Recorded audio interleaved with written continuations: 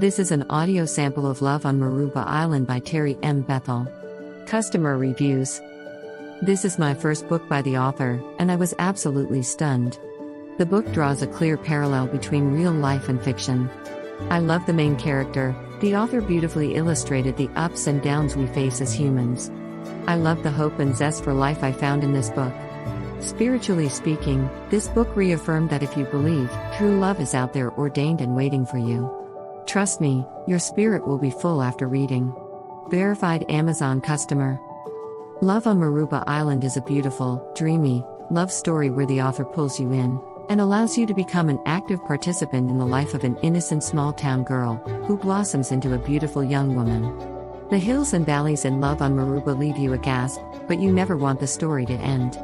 I thoroughly enjoyed this book and the traditions of the small-town community. It truly left me wanting, and I look forward to other chapters. Celeste Williams. Chapter 1. Jennifer Hanna raced down the dirt path toward old Aunt Bessie's house. It was high noon, and the fierce island sun beat relentlessly on her uncovered head. Despite her vigorous motion, not a strand of hair moved, partially because of the dirt that was compressed in her hair and clothes as she tussled at the water pump moments before. Today there was not even a hint of a fresh breeze to cool her sun-scorched neck. Apart from the occasional shade from the red and green poinciana trees that lined the uneven island road, there was no relief as sweat poured down her chocolate-brown skin. Passers-by tooted the horns of their old cars for her to move on the side as they made their way through the narrow street. The drivers were not the least bit moved by a 14-year-old girl toting 2 good-sized pails of water. The village pump in the middle of town would soon be alight with children making multiple trips to collect water to cart home to their families. There were virtually no new cars on Maruba, a little island in the Bahama chain of islands. All were left-hand drives and drove on the left side of the road. Not that it really mattered much with the narrow streets, but the law was that drivers were to keep left. The cars weren't anything fancy. For the most part, they were old beat-up-looking 1938 Dodge cars brought in from the mainland on a shipping barge that stopped by at least 3 times a year to deliver cars, or large equipment, and merchandise.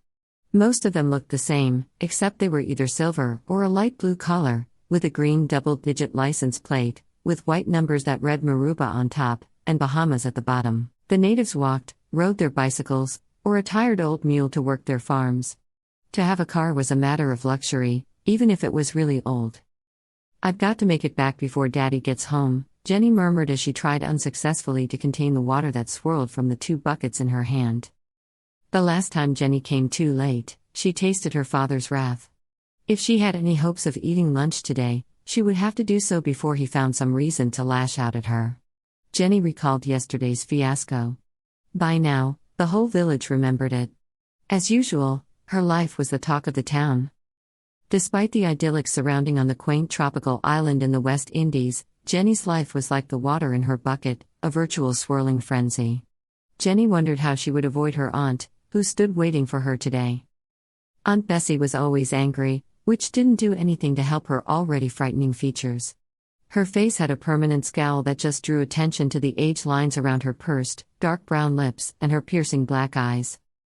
Her body looked as though she had a lumpy woolen blanket permanently wrapped around her midsection under a well-aged cotton shift.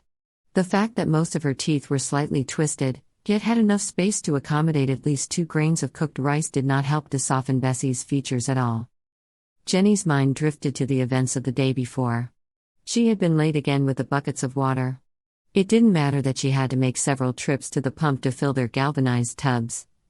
She was expected to have them filled before her daddy Nat Hanna left for work every morning.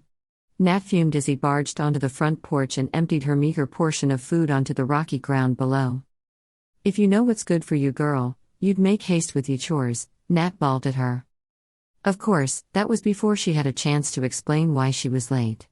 It didn't matter much. In any event, Jenny was terrified of her daddy. Though his beady left eye was fixed on her, his right eye always looked as if it were checking out someone way up in a coconut tree. If that weren't bad enough, his voice thundered, causing the hair on her neck to stand up. "I done told you, girl, if you don't earn your keep, you'll eat with the dog," he shouted for the entire settlement to hear, before storming back inside the clapboard house. As humiliated as Jenny was at the time, her empty stomach gnawed at her, overriding all sense of shame. Before their scruffy dog decided to devour her lunch, Jenny bolted down the steps and converged on the food. Seconds later, she was seeking refuge in her favorite spot under the propped-up, three-bedroom house with Rover. Jenny glanced at the dog, who seemed to have a pitiful look on his face. He was the closest thing she had to a friend.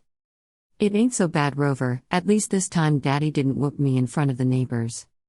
A short time later, Aunt Bessie stood at the front door with her arms folded across her broad stomach. She told her brother to stop throwing the child's food on the ground in front of the house. "Supposin' the neighbors go and report us, Nat?" she fussed at him. Bessie knew how news traveled quickly on the island, and before you knew it, some nitwit from the social service department would be banging on their door asking questions. "Ain't nobody's business what I do in my house, woman." Nat scowled. Nat was so comfortable in Bessie's house that he had taken to calling it his own for years. Bessie made a mental note to refresh his memory when his passion had cooled down some. When it came to Nat and his daughter, Bessie knew that she was treading on fiery ground. That was yesterday. Today Jenny had been gone only an hour, though it felt like 2, as she stood in line at the time-worn neighborhood pump across from the local marketplace. The other kids laughed at her as she shifted from foot to foot, anxiously waiting for her turn at the pump.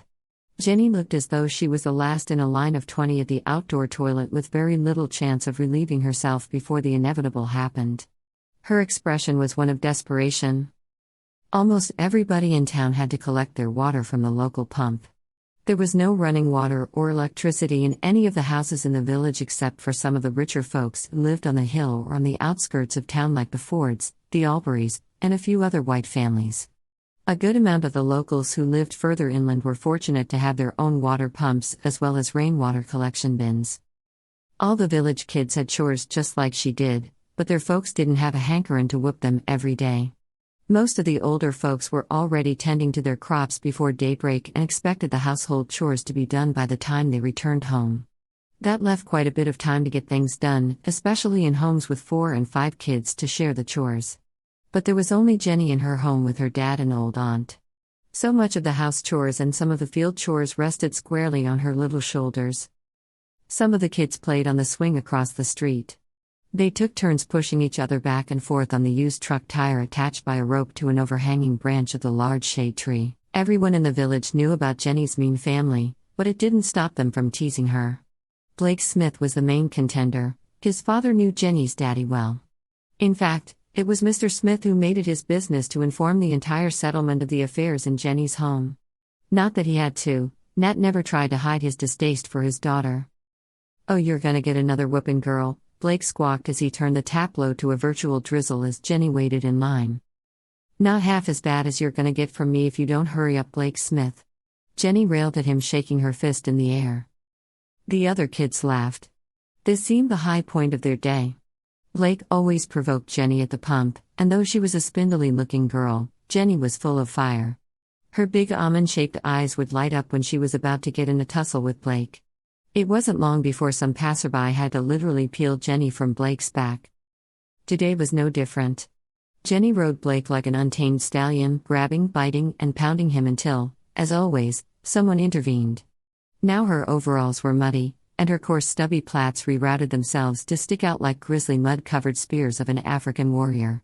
But that was small things compared to what Blake looked like. Chapter 2. "Hurry up, child," her pudgy aunt bellowed at her. "I get something for ya."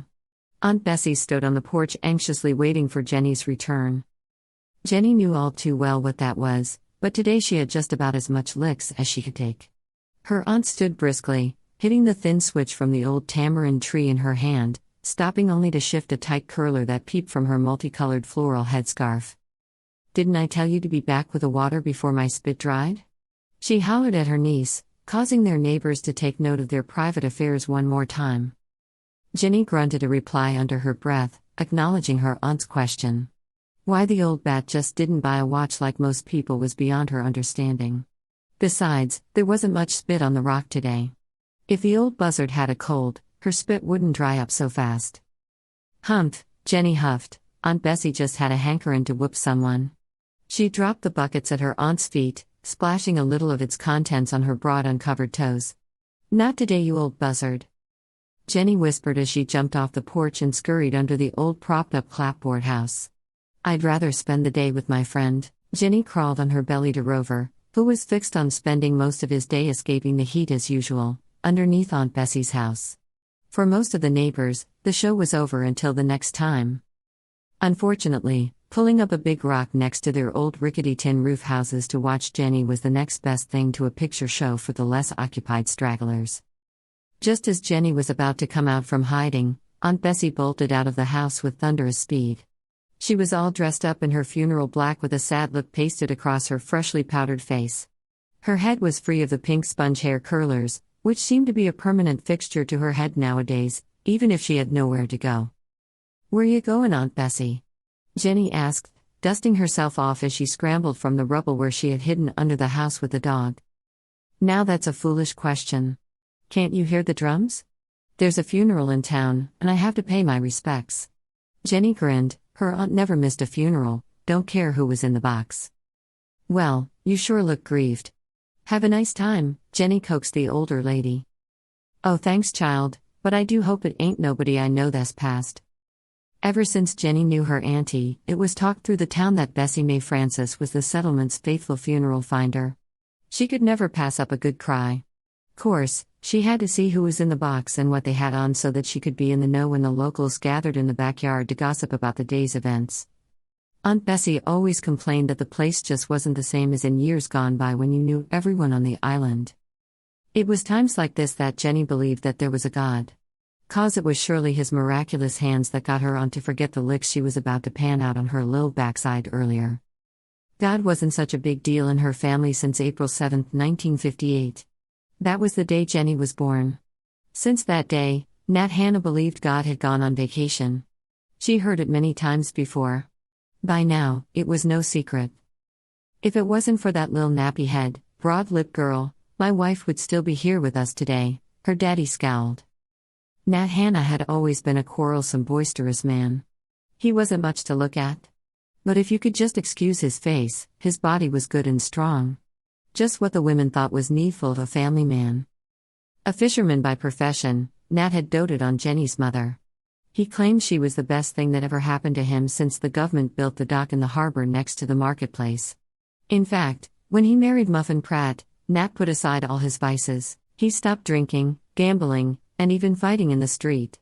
He claimed he gave it all up for his beauty. Well, all except womanizin', that was one thing even Muffin stayed on her knees about. You have just listened to an audio sample of Love on Maruba Island. Copies of this book are available in Nassau, Bahamas at Logos Bookstore, and in Eleuthera at Office General and the North Eleuthera Craft and Snack Place and on Amazon.com. Get your copy today.